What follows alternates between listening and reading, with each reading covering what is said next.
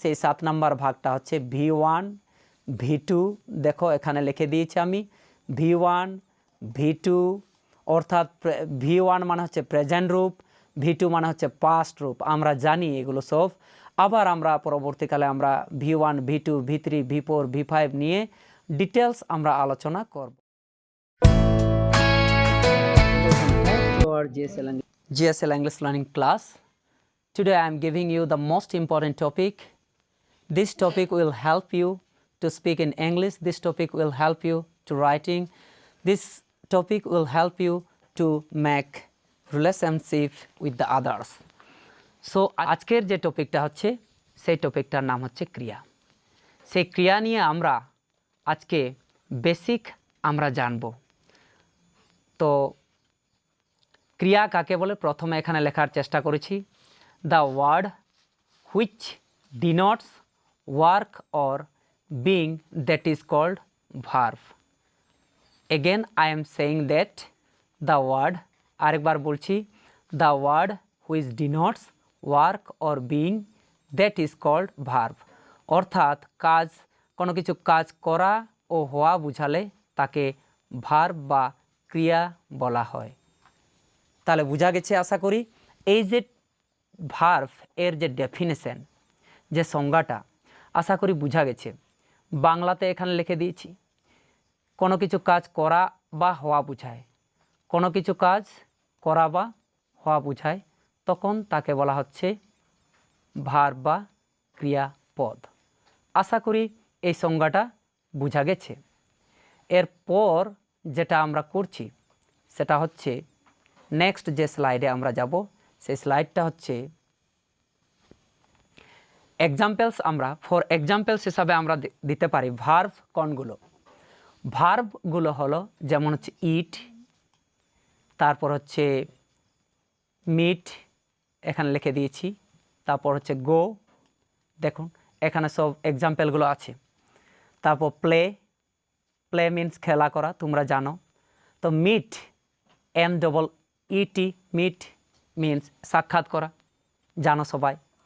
Show, SHOW, show, show means দেখানো। কাম means আসা, C means দেখা, লুক মানেও দেখা। এগুলো হচ্ছে আমাদের এক্সাম্পলস অফ ভার্ব। এই ভার্বগুলো আরও ডিটেলস আমরা জানবো এক্সাম্পলস। চলো আর কয়েকটা এক্সাম্পল আমি দিয়েছি, যেমন ক্যাচ, CATCH, ক্যাচ মিনস ধরা। রিড, READ, রিড মিনস হচ্ছে পড়া। রাইট, WRITE, রাইট মিনস হচ্ছে লেখা। স্পিক মিনস হচ্ছে কথা বলা। এছাড়াও টক মানেও কথা বলা। স্ট্যান্ড মানে হচ্ছে দাঁড়ানো।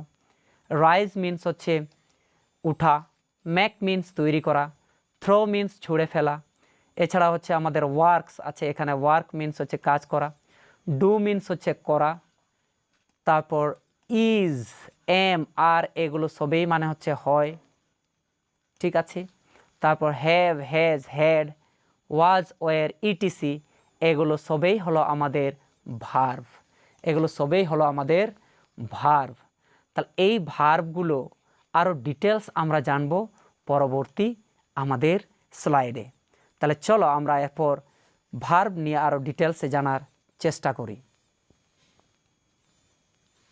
এরপর যেটা রয়েছে আমাদের সেটা হচ্ছে ডিভিশন, অর্থাৎ ভার্ব এর যে ভাগ সেটা আমরা করতে যাচ্ছি। 1 বাই 1 লিখে ফেলো, আমি এখানে লিখে ফেলেছি। দেখো ডিভিশন মানে হচ্ছে ভাগ, অর্থাৎ ভার্বের ভাগ। মেন ভার্ব, প্রধান ক্রিয়া। আশা করি বুঝতে পারছো। মেন ভার্ব এখানে ভি হবে, এখানে আমাদের ভি হবে, মানে হচ্ছে প্রধান ক্রিয়া, প্রধান ক্রিয়া। তারপর হচ্ছে 2 নাম্বার অক্সিলারি ভার্ব, আমরা জানি সাহায্যকারী ক্রিয়া। তো মেন ভার্বকে আবার আমরা বেশ কিছু ভাগে ভাগ করছি, দেখো তার ভাগগুলো। মেন ভার্ব মানে হচ্ছে প্রধান ক্রিয়া, অর্থাৎ যে ভার্ব মেন ভূমিকা পালন করে বা প্রধান কাজ সম্পন্ন করে তাকে বলা হয় মেন ভার্ব। আশা করি বোঝা গেছে। মেন ভার্বকে একটু আগেই বললাম, আরও বেশ কিছু ভাগে ভাগ করানো হয়। প্রথম ভাগটা হচ্ছে রেগুলার ভার্ব, তারপর হচ্ছে 2 নম্বর ভাগটা হচ্ছে ইরেগুলার ভার্ব। আশা করি বোঝা গেছে। মেন ভার্বকে প্রথমত 2 ভাগে ভাগ করলাম, আবার তার ভাগ আছে মেন ভার্বের। চলো সেই ভাগটা দেখি। দেখো, ট্রানজিটিভ ভার্ব 3 নম্বর ভাগটা, 4 নম্বর ভাগটা হচ্ছে ইনট্রানজিটিভ ভার্ব, 5 নম্বর ভাগটা হচ্ছে ফাইনাইট ভার্ব, 6 নম্বর ভাগটা হচ্ছে ইনফাইনাইট ভার্ব। 7 নম্বর আবার ভাগ রয়েছে, সেই 7 নম্বর ভাগটা হচ্ছে V1 V2। দেখো এখানে লিখে দিয়েছি আমি V1 V2, অর্থাৎ V1 মানে হচ্ছে প্রেজেন্ট রূপ, V2 মানে হচ্ছে পাস্ট রূপ। আমরা জানি এগুলো সব। আবার আমরা পরবর্তীকালে আমরা V1 V2 V3 V4 V5 নিয়ে ডিটেলস আমরা আলোচনা করব। আপাতত এই ভাগগুলো তোমরা লিখে নিয়েছো। এরপরের যে ভাগটা রয়েছে, ভার্বের যে ভাগটা রয়েছে, সেই ভাগটা হচ্ছে অক্সিলারি ভার্ব।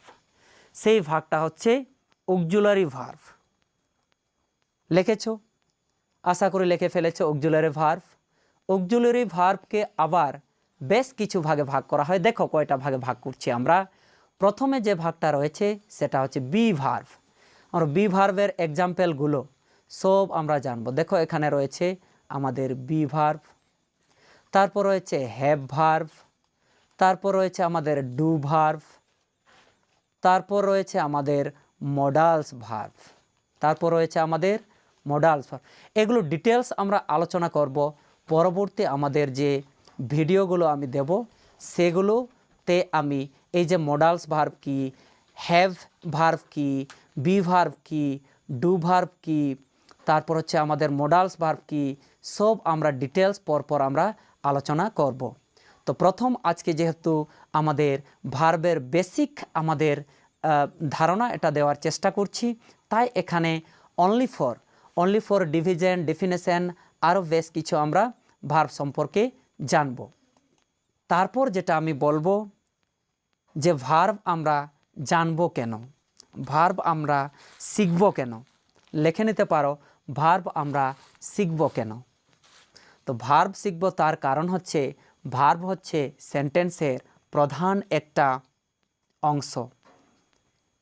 ভার্ব ছাড়া আমাদের ইংলিশের ক্ষেত্রে বাক্যে অচল হয়ে পড়ে। সেই জন্য আমাদেরকে ভার্ব অবশ্যই পড়তে হবে। তাই ভার্ব নিয়ে আমাদের আরও ডিটেলস আলোচনা করব পরবর্তী যে ভিডিওতে।